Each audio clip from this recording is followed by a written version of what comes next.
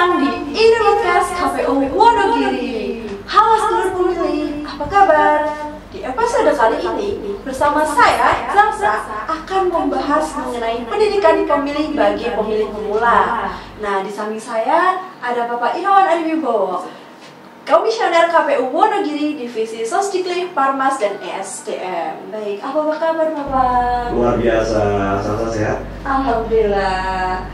Pagi ini sudah sarapan Bapak? Tentunya sudah dong. Waduh, malah saya belum ini Bapak. Di sini kita makan ya. Siap. Baik. Oke Bapak, di episode kali ini kan kita akan membahas mengenai pendidikan pemilih bagi pemilih pemula nih. Nah, sebelum kita mendalami lebih jauh nih mengenai materi tersebut, saya pengen tanya terlebih dahulu nih Bapak. Sebenarnya apa sih pendidikan pemilih bagi pemilih pemula ini dan apa sih tujuannya itu yang ingin dicapai? Oke, halo seluruh pemilih, terima kasih Salsa udah diundang ya di kegiatan ini podcast pada pagi hari ini ya. Baik. Pertanyaannya menarik ini. Apa sih sebenarnya pendidikan pemilih, kan kurang lebih seperti itu. Betul Bapak. Ya.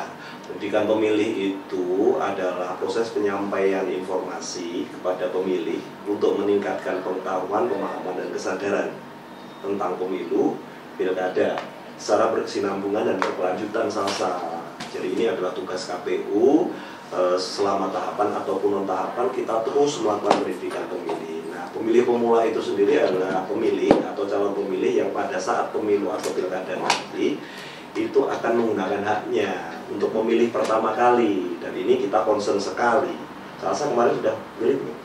Sudah Bapak, kebetulan ya? Sudah 2 kali. Sudah 2 kali, ya. berarti bukan pemilih pemula lagi ya. Waduh. Iya, begitu kurang lebih Salsa. Baik Bapak, mengenai pemilih pemula ini Bapak ya, itu apakah ada kegiatan atau mungkin ada program-program yang akan dilaksanakan oleh KPU Wonogiri? Kalau boleh tahu itu ada berapa program dan apa saja Pak programnya? Baik, jadi KPU Wonogiri ya, KPU Wonogiri hari-hari ini memang sedang mengejarkan pendidikan pemilih ya. Kalau kita lihat sasaran pemilih itu kan banyak, bukan hanya pemilih pemula. Yang pertama keluarga, yang kedua pemilih pemula, yang ketiga pemilih muda, yang keempat pemilih disabilitas, pemilih perempuan, dan lain sebagainya. Nah, memang concern kita hari-hari ini adalah pemilih pemula. Kenapa? Karena pemilih pemula ini kan menjadi pemilih yang baru pertama kali menggunakan hak politiknya ya, untuk memilih. Dan kita harus memberikan preferensi yang tepat, yang benar, menginformasikan terkait dengan kepemiluan, terkait dengan pemilihan, dan isu-isu demokrasi lainnya. Nah, kalau program-program yang kami siapkan tentunya ya program-program yang disesuaikan dengan karakter pemilih pemula sendiri. Ya, pemilih pemula ini kan lekat dengan gadget ya. Ya, Gen Z, lekat, anak iya, muda. Gen Z itu lekat dengan digital ya. Baik. Maka dari itu kemudian KPU juga mengupayakan membuat konten-konten yang berisi tentang pendidikan politik, pendidikan demokrasi, dan isu-isu kepemiluan kita sampaikan agar supaya pemilih pemula itu tahu gitu ya hak kewajibannya. Selain itu juga kita melakukan banyak kegiatan sih, khususnya berkolaborasi dengan stakeholder, khususnya dinas pendidikan misalnya. Untuk kita masuk ke sekolah-sekolah memberikan pendidikan pemilih. Kira-kira seperti itu.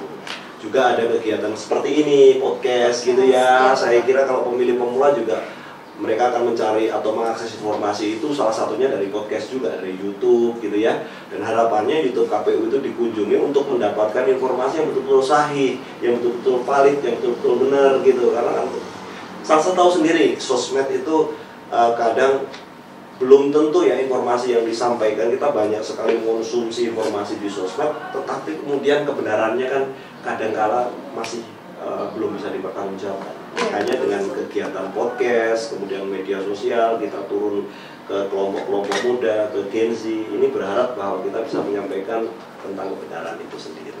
Kira-kira begitu Salsa. Baik Bapak, saya sendiri emang menyadari nih, saya sebagai Gen Z ini emang Gen Z itu perlu ada arahan khusus nih, ada treatment khusus, kayak nggak bisa nih hanya sekedar sosialisasi terus hanya untuk mendengarkan, itu nggak bisa Bapak. Nah, untuk itu apakah KPU ini ada mungkin kegiatan ya Pak secara spesifik yang itu bersinggungan dengan pemilih pemula di SMA, SMK, bahkan MTS juga nih Pak, MTS SMP juga di Kabupaten Wonogiri ini? Ya, Terima kasih Salsa. Tentu saja. Jadi kami juga mempersiapkan beberapa kegiatan, beberapa program kita kemas sedemikian rupa sehingga pesan-pesan itu efektif sampai di pemilih pemula khususnya Gen Z ya. Seperti apa misalnya kegiatan kita setiap hari Senin 2 minggu sekali gitu ya, kita mengunjungi sekolah-sekolah untuk menyampaikan pendidikan pemilih gitu ya dengan tajuk Sabda Tama misalnya. Kita mengunjungi sekolah, kelas seluruh siswa yang ada di kelas 1, 2, 3 mengikuti kegiatan tersebut. Kita berkolaborasi dengan seluruh warga sekolah untuk kemudian bagaimana kita bisa berbincang-bincang terkait dengan isu-isu demokrasi. Kemudian yang kedua misalnya kita juga ada program yang ini juga kita akan siapkan juga, Dayohei KPU. Tahu nggak artinya Dayoh? Dayoh itu tamu namanya. Tamu ya? Oke, betul sekali. Jadi tamunya KPU, artinya KPU itu kita buka seluas mungkin, ya kan, lembaga KPU kita buka seluas mungkin untuk pemilih pemula, sekolah-sekolah yang ingin kemudian mau belajar ke sini. Ya, melihat proses-proses demokrasi, proses-proses pemilu yang ada di KPU gitu ya, karena KPU itu kan penyelenggara pemilu ya, yang setiap 5 tahun kita bekerja. Misalnya ingin melihat seperti apa sih surat suara begitu ya, seperti apa sih bilik suara dan lain sebagainya, kemudian bagaimana sih proses tahapan pemilu atau pilkada. Jadi mereka banyak belajar di KPU. Ya, seperti semacam outing class gitu ya kalau dari sekolah ya. Dan kami siapkan tempat itu untuk adik-adik, untuk pemilih pemula untuk belajar di sini. Gitu. Kemudian ada juga kegiatan misalnya kegiatan ruang atau kelas demokrasi ya, kita memang spesifik mengunjungi satu kelas, kemudian satu tingkat gitu ya, kemudian kita bersama-sama menggali, kita bersama-sama belajar tentang demokrasi. Kemudian kita juga mengembangkan seperti tadi saya sampaikan media sosial, podcast, yang semuanya itu saya berharap ini dekat dan lekat dengan anak muda. Jadi mudah penyampaian informasinya dengan apa saja yang anak-anak muda akrab sampai hari ini gitu. Kira-kira seperti itu. Ya, baik Bapak. Memang betul sih, anak muda seperti saya ini, saya juga menyadari Bapak bahwa biasanya kayak lebih enak untuk menggali informasi itu melalui media sosial, mungkin dengan YouTube, TikTok, Instagram, daripada diharuskan untuk membaca artikel, berita itu kayak itu kayak minat bacanya itu sedikit itu. Ada satu lagi Salsa. Apa itu Pak? Jadi kita juga ada program atau pendampingan Pilketos atau pemilihan ketua OSIS. Oh, berarti itu seolah-olah seperti pemilihan umum ya Pak? Pemilihan ketua OSIS yang benar-benar prosedurnya itu dibuat seperti pemilihan umum yang biasa dilaksanakan gitu ya Bapak? Ya, selama ini kan di setiap sekolah ya, di SMA, SMK ini sudah melaksanakan kegiatan pemilihan ketua OSIS ya setiap tahunnya ya. Iya, Dulu Salsa juga demikian kan? Iya Pak. Nah, kita berharap bahwa nanti ke depan KPU bisa ikut hadir kemudian memfasilitasi khususnya bagaimana kemudian pemilihan ketua OSIS ini kita modifikasi sedemikian rupa sehingga menyerupai pilkada. Sehingga ada program perencanaan, ada tahapan-tahapan yang dibuat, kemudian bagaimana pencalonan, ya kan? Kemudian bagaimana kampanye, pemutahiran data pemilih, gitu ya. Kemudian bagaimana mereka melakukan pemungutan, sehingga semua siswa di sekolah itu pasti akan terlibat, baik menjadi penyelenggara, ya kan, bisa menjadi pengawas, ataupun menjadi peserta, atau bahkan menjadi pemilih sekalipun. Sehingga kemudian semangat demokrasi ini memang kita sudah mulai sejak dini melalui Pilketos. Harapannya tahun 2026 kita akan coba dampingi ya pemilihan ketua OSIS SMA, SMK dan madrasah alias se-Kabupaten Wonogiri. Kurang lebih seperti itu. Betul Bapak. Jadi itu teman-teman pemilih pemula ini bisa langsung terjun langsung ke dalam bagaimana sih prosedur pemilihan, terus pemilihan umum ya Pak, bagaimana prosedur pemilihan umum, dan bisa merayakan euforia demokrasi ya Bapak. Betul sekali, dan di sini kan semuanya akan ditanamkan ya bagaimana menjadi pemilih yang bertanggung jawab, menjalankan hak kewajibannya secara seimbang. Kemudian bagi peserta juga kemudian nanti ketika ada yang terpilih yang tidak jumawa, yang tidak terpilih juga merasa bahwa ini adalah satu proses demokrasi yang biasa. Nah ini penting yang kita tanamkan, gitu kan ya. Jadi harapannya pada waktu pemilu dan pilkada yang sesungguhnya yang kemudian kita lakoni setiap 5 tahun ini, mereka bisa terlibat langsung juga karena punya pengalaman pada waktu sekolah. Kira-kira seperti itu. Nah di tahun 2025 ini kita juga sudah menentukan 3 sekolah untuk jadikan pilot project. juknisnya sedang kita siapkan. Harapannya nanti 2026 kita sudah siap untuk melakukan pendampingan terhadap pemilihan ketua OSIS se-Kabupaten Wonogiri, khusus untuk SMA, SMK dan madrasah. Kira-kira seperti itu. Mungkin di sini sedulur pemilih ini Pak bingung. Mungkin ada beberapa sekolah yang menginginkan untuk KPU itu masuk ke sekolahnya. Nah itu bagaimana sih prosedurnya agar kita nih mungkin mereka kayak saya nih mau nih anak sekolah tuh ada sosialisasi dari KPU, terus mungkin ada fasilitas dari pemilihan ketua OSIS gitu kan. Mungkin sedulur pemilih ini ada yang bingung gimana sih prosedur, terus cara agar KPU tuh bisa sampai ke sekolah gitu dan memfasilitasinya begitu Bapak. Ya, jadi KPU ini kan sebuah lembaga yang DNA-nya melayani. Betul. Ya, melayani siapa? Melayani pemilih dan melayani peserta. Artinya apa? Bahwa kemudian apabila misalnya ada sekolah sekolah ini tentunya ada calon pemilih atau orang-orang yang pada saatnya nanti akan memilih, yang kemudian itu menginginkan KPU hadir di sana untuk melakukan sosialisasi atau pendidikan apapun, gampang sekali. Cukup menyurati KPU gitu ya.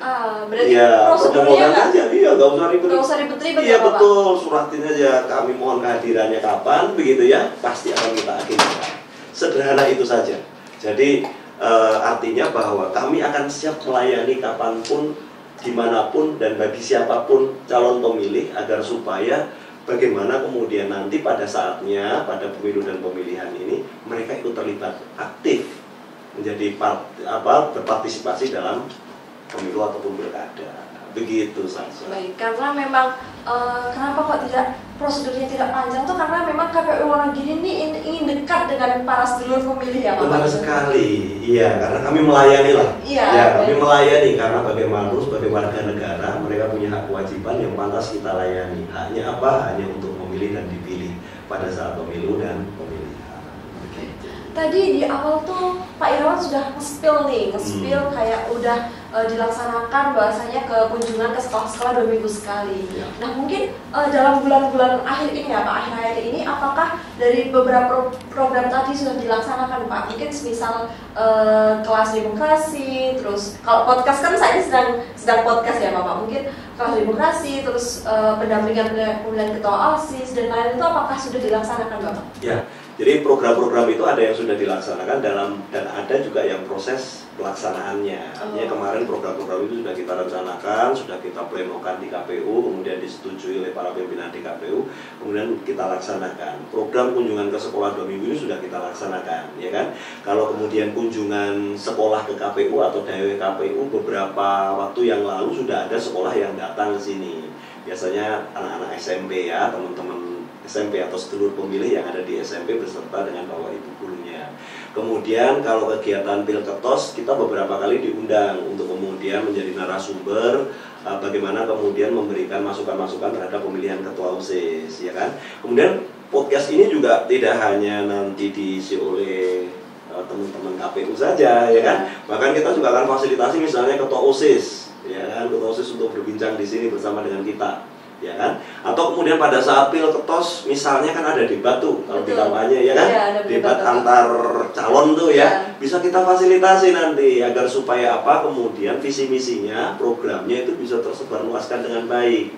Kira-kira seperti itu. Jadi program-program ini kita kemas sedemikian rupa agar supaya mereka ikut terlibat langsung. Kira-kira seperti itu.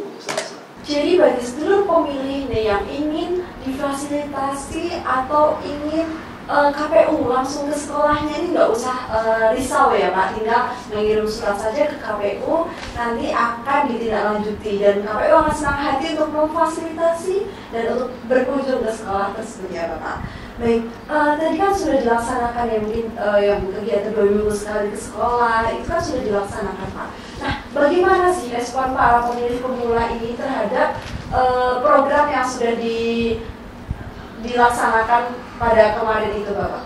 Ya, saya kira bahwa apa yang kita lakukan kemarin itu mendapatkan tanggapan positif ya, baik dari sekolah, dari kepala sekolah, dari bapak ibu guru, dari siswa, kita mendapatkan tanggapan positif karena siswa juga perlu ada pengetahuan yang disampaikan dari pihak di luar dari sekolah itu sendiri dan tentunya mereka juga mendapatkan hal-hal baru terkait dengan pemilu, pilkada, kemudian terkait dengan demokrasi, ada hal yang baru yang mereka terima. Sehingga kemarin pengalamannya luar biasa, antusias sekali mereka. Banyak yang hadir pada waktu itu dan kemudian merespon positif kehadiran KPU di sekolah tersebut.